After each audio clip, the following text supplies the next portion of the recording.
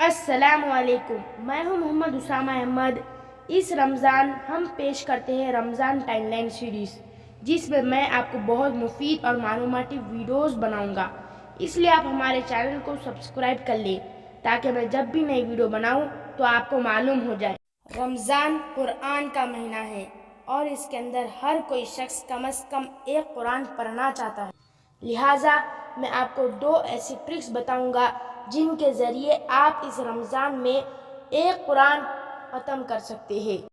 ساتھ ہی ساتھ میں آخر میں آپ کو ایک بونس ٹپ بتاؤں گا جس کے ذریعے آپ قرآن پڑھنے میں سب سے آگے رہ سکتے ہیں۔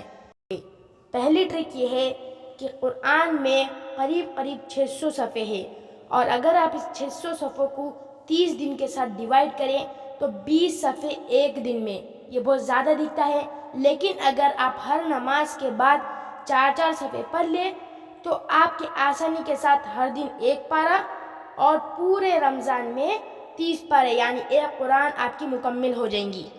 دوسری ٹرک سب سے عام ٹرک ہے کہ قرآن میں 30 پارے ہیں، اور اگر آپ ہر دن ایک پارہ پڑھیں تو پورے رمضان میں آپ ایک قرآن آسانی سے پڑھ سکتے ہیں۔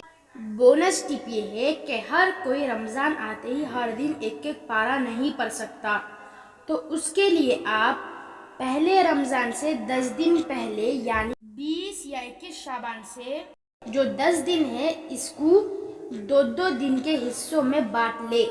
اس طرح 5 حصے آئیں گے، اور پہلے حصے میں آپ ہر نماز کے بعد ایک پیج پڑھیں، دوسرے حصے میں آپ ہر نماز کے بعد 2 پیج پڑھیں، تیسرے حصے میں آپ ہر نماز کے بعد 3 پیج پڑھیں، چوتھے حصے میں آپ ہر نماز کے بعد 4 پیج پڑھیں، 5ویں حصے میں آپ ہر نماز کے بعد 5 پیج پڑھیں۔